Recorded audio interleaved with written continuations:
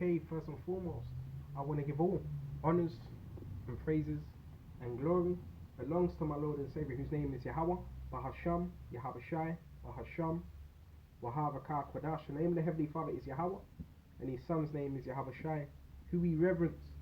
And honors to the elder apostles of Great Millstone, and those of you that are in the Spirit, and to the hopeful elect across the globe, and to the few, the very few brothers and sisters that are listening and that are also learning across the globe. This lesson is going to be based on the chief priest, the wicked chief priest, the wicked Pharisees and the wicked elders. Their whole thing was for you to worship them.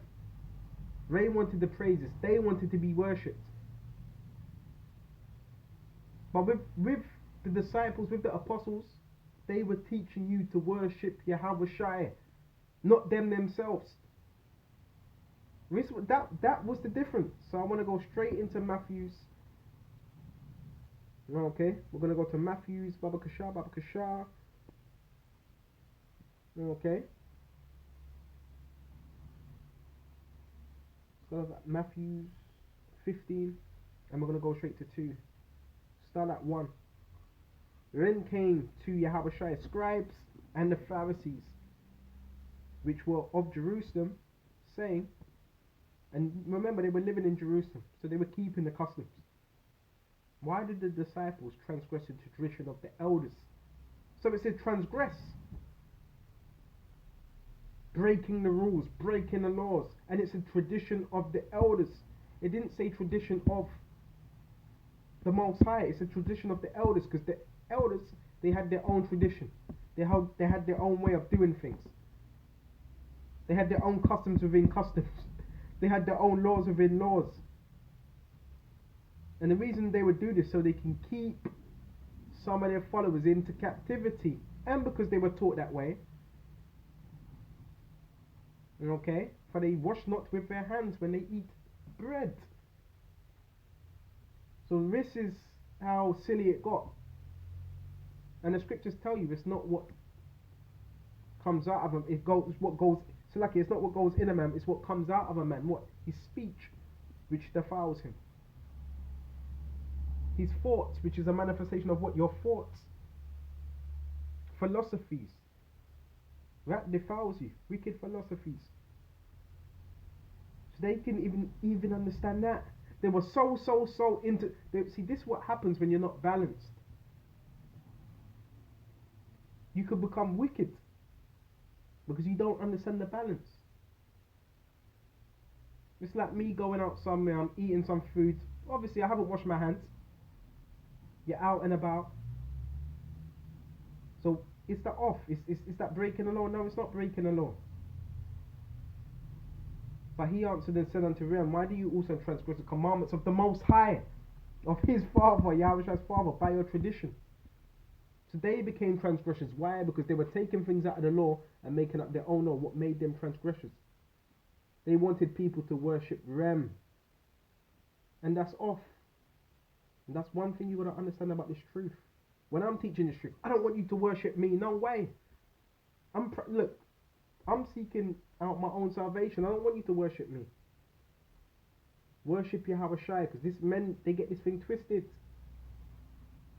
Are you going to have men over you? Yes, but you're not supposed to worship them. Can you reverence them to a certain degree? Yes. Which reverence is the same thing, similar to what? Worship. But I'm talking about where you're putting them before Yahweh Shai. That's a dangerous thing to do. Very dangerous. Okay? And when you go into that word Pharisee, we'll quickly type it in.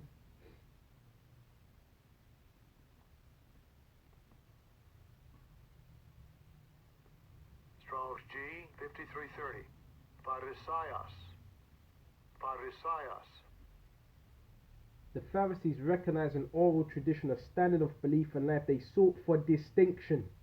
Distinction is separation, to stand out, and praise by outward observance. So it says it right here. Distinction and praise by outward observance.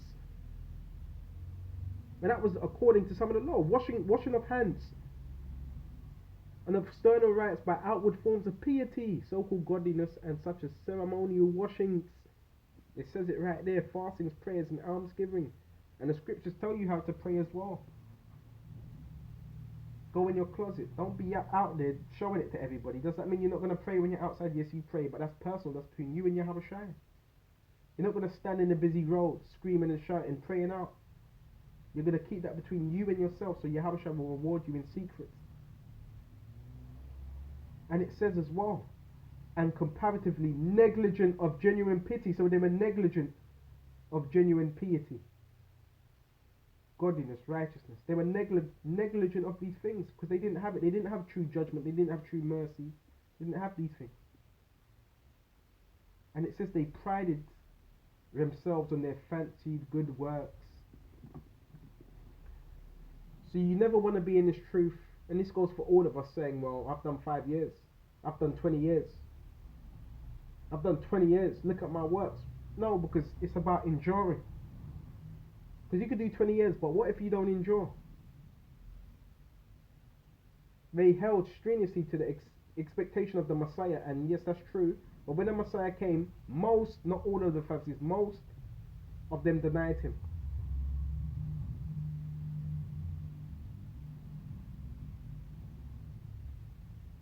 And they possessed great influence with the common people, with the people of the world. That's what they were about. According to the Josephus, they numbered more than 6,000. So they had members. They were bitter enemies of Yahawashi. So it says it in the Blue Letter Bible. They were bitter enemies of Yahawashi. Because when Yahawashi came on the scene, he was teaching you to worship him. This is Yahawashi's doctrine. You always got to keep that in mind. This is Yahawashi's doctrine. And yes, he had men upon earth that he taught that to. But it's wicked when you say, it's mine. No, it's Yahawashi's doctrine. It's always been that way. And when Yahawashi was on the scene, he said, this is my father's doctrine. And in his cause, and were severely rebuked by him for their avarice, ambition. And remember they rebuked him, Matthew 23, that's where you got to read that whole chapter.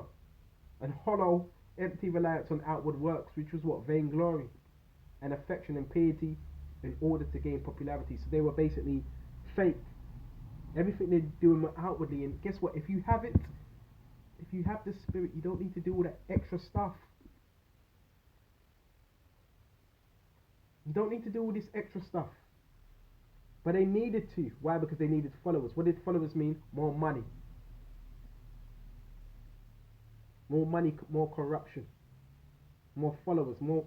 all those things. They were not really about Yahawashi's cause. They were against his cause. It tells you that in the Blue Letter. Let's go to Luke 16 and 15. These lessons have to be done. Just to let brothers and sisters learning and listening. Some of you may even say, good video, well done. All the glory belongs to Yahawashi, not me. Luke 16 and 15. And he said unto them, ye are they, is that men, they get offended that you're giving all glory to Yahawashi. Why would you be offended? Why? Because you want that glory. That's wicked. And he said unto them, ye are they which justify yourselves before men. It's very interesting because a lot is going on. A lot is going on. And don't get it twisted at all. Just because a man is not within your camp, because you're going to have individuals that are not within any camps.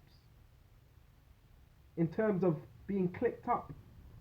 But they're still going to be of the elect. There's going to be individuals that haven't done any lessons. They're still going to be of the elect. That's why this is not about us. It's about Yahawashi. And it says, they are they which justify themselves before men, before other men. But the Most High knoweth your hearts. For that which is highly esteemed among men is an abomination in the sight of the Most High. An abomination is what? Something unpleasing in the sight of Yahawashi. So it says that is highly esteemed among men. So this would mean, in this truth, the Lord doesn't deal with those that are highly esteemed among men. Because therefore you'd be making yourself what? A demigod. You'd be the one wanting the praises and the honor. But really that belongs to Yahawashi. See, men tend to forget about these things, important things. That's why you have to read the scriptures and with understanding. 2 Corinthians 10 and 18. For not he that commendeth himself is approved. So you can praise yourself all you want. That's not accepted. Reprove means accepted, but whom the Lord commendeth. So it's, at the end of the day, it's about who Yahushua commendeth. And then guess what? If you're of the hopeful elect, Yahushua is going to show you particular signs. Yeah, we don't know, but we want to have faith that we are doing the right things, that we are serving Yahushua the right way. So it's Yahushua that commendeth, that praises. Commendeth means what? Praise. So if Yahushua commends you, then you don't need really the commendment of others, because it's him. You see? And knowing that, you're not going to seek the exception of what man may say. Can a man praise you in somewhat? Good work, good job, yes, but you can't let that get to your head. This is Galatians 1 and 10. For do I now persuade men, or the Most High? Or do I seek to please men? And we're not seeking to do that. You just want to hear good stuff that makes you feel good. For if I yet please men, I shall not be a servant of Mashiach. So if that was the case, you couldn't be a servant of Mashiach, because you'd be worried about what man would say. And this what happens, sadly to say, this is what happens. But I certify you, brethren, that the gospel which was preached of me is not of after man. This thing ain't of man. For neither received it of man, neither was I taught it, but by the revelation of Yahushua Mashiach. So the Holy Spirit was what? Supping with him. This is not of man. This is of the Spirit. A lot of men, they're teaching you it's of man. You have to learn under me. Remember, this is Yahushua's doctrine, which was passed down to men. And they were going to be righteous men. They were going to be righteous prophets that were what? Sent up to what? To teach you, and you pass that down. But the moment you forget about that, guess what? You become corrupt in your own mind. And that was the case with what? The wicked chief priests, elders, and the Pharisees. So with this lesson, I really hope this was edifying. And until the next time, Shalom.